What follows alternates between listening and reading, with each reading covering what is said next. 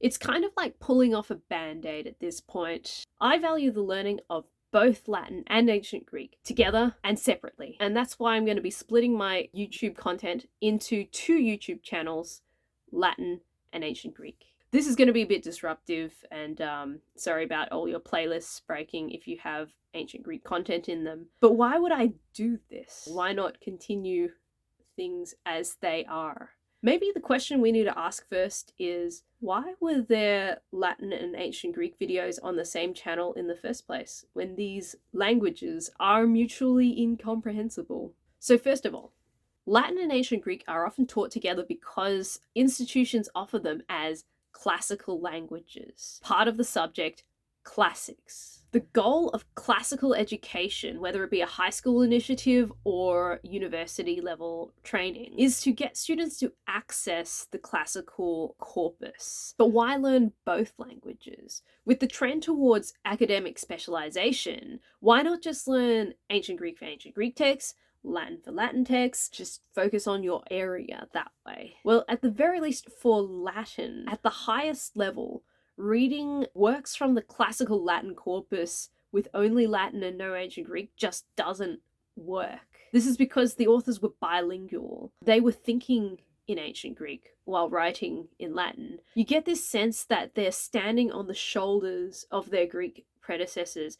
Every single genre in Latin literature has a predecessor in ancient Greek literature. When the Latin poets were being innovative and bringing in new forms of poetry, they were doing that in the footsteps of Hellenistic Greek poets. So you get this sense that the Roman authors are really deeply adapting Greek thought into Roman sensibilities. So that degree of indebtedness in Latin literature means that reading Latin literature of the classical canon at the highest level requires ancient Greek, no question. That's one reason why classics degrees usually mandate the learning of both Latin and ancient Greek together, to access the broader spectrum of the classical corpus in both languages.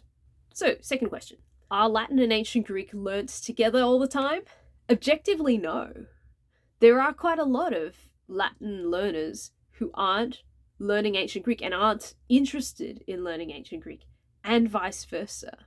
There is a significant overlap between learners of each language, but it is far from total. When I polled my YouTube audience, 50% said that they were learning Latin only. They were only watching my Latin content. They weren't interested. They weren't watching my ancient Greek content. 9% only watched ancient Greek content and didn't watch my Latin content. And 41% watched videos in both languages. That means less than half of my YouTube audience were actively pursuing both languages at the time of the poll recently. And an especially large portion are purely learning Latin. Why would that be so? If the whole point of learning Latin was to read Cicero and Virgil and those classical canon authors, why wouldn't all the Latin students also be gunning for ancient Greek? I asked the Latin subreddit to share their personal stories for why they were learning Latin and not ancient Greek. It was eye-opening. Not only was there a kind of indifference towards ancient Greek, but among certain students, certain learners, there was even a pushback, an active rejection of the notion that every Latin student must learn ancient Greek. The reason? Not everyone who learns Latin is doing it as part of a classics degree or to become a classicist. The institution of classics doesn't necessarily represent the whole spectrum of Latin learners or ancient Greek learners. Many people are learning Latin because their true research interests lie in medieval, Renaissance, or early modern European history. Many learners expressed feeling a connection to Roman culture and history that they cannot imagine feeling towards Greek history and culture. They often live in places shaped by Roman occupation, towns with Latin roots in their names, Roman ruins down the street, Latin inscriptions that they pass every day on their way to work, laws and institutions inherited from Roman custom. Many Latin learners are Romance language speakers with an interest in their native language or their second language as deep historical connections. To them, ancient Greek is just not relevant. Many Latin learners are Catholics learning Latin to participate in the Latin Mass or to read theological writings. Now, that's just Latinists who are not interested in learning ancient Greek. I also know for a fact that there are ancient Greek learners who are not interested in Latin. E.g., Michael, who says on my poll, "Nobody want to learn Latin. Ignore all the Latin words. Only Greek lessons practice, even modern Greek." I know ancient Greek teachers who report that actually most of their students come to the Greek language without prior study of Latin. Dan Leon writes, "My Greek students rarely study Latin before starting Greek. Most of them come to Greek because of interest in philosophy, history, mythology, Christianity, or they just want a challenge. The Latin to Greek pipeline doesn't seem to work the way people expect." I know for a fact that the majority of students who go to seminary school in Protestant theological colleges don't have that much of an interest in learning Latin because they're learning ancient Greek to read the Bible in ancient Greek. To them, Latin doesn't hold the authority of scripture. And I know a few friends from classics at uni whose real passion was the ancient Greek authors, like the tragedians or the philosophers.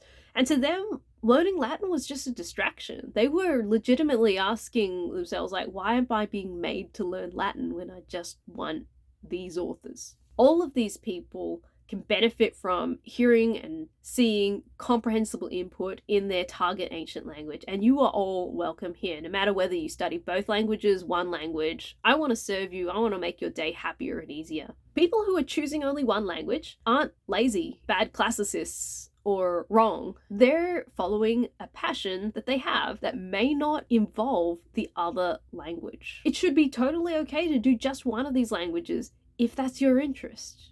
So question 4, what does this mean for YouTube?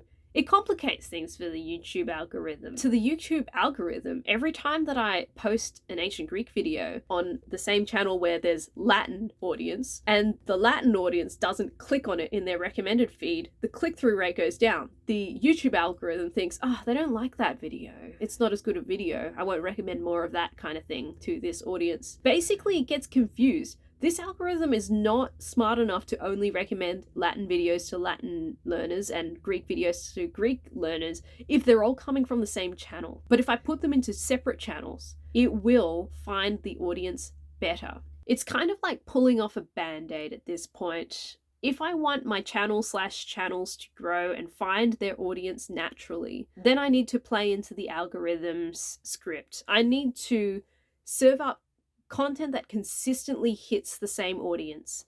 And with Latin and ancient Greek being mutually incomprehensible languages, and knowing what I know now, which is that a lot of people don't learn both languages, it's a big ask to ask people to learn 2 ancient languages. Knowing that, I'm basically hurting myself every time I post 2 languages on the same channel. So it's time to launch the new channel. Found in Antiquity, Ancient Greek. It's a new dedicated home for comprehensible input on the ancient Greek language. The original channel is going to stay here. It's renamed as Found in Antiquity Latin. If you're here learning ancient Greek, hop over there and subscribe because all of my new content's going to be over there in ancient Greek. I'm not going to post any more Greek videos on this channel. And I'm going to be transferring my old videos over there. And it's actually pretty exciting. As I'm re-uploading videos on the other channel, it gives me the opportunity to fix mistakes. That almost never happens. So all the new videos that are slightly updated versions of my old ancient Greek videos are gonna be slightly better.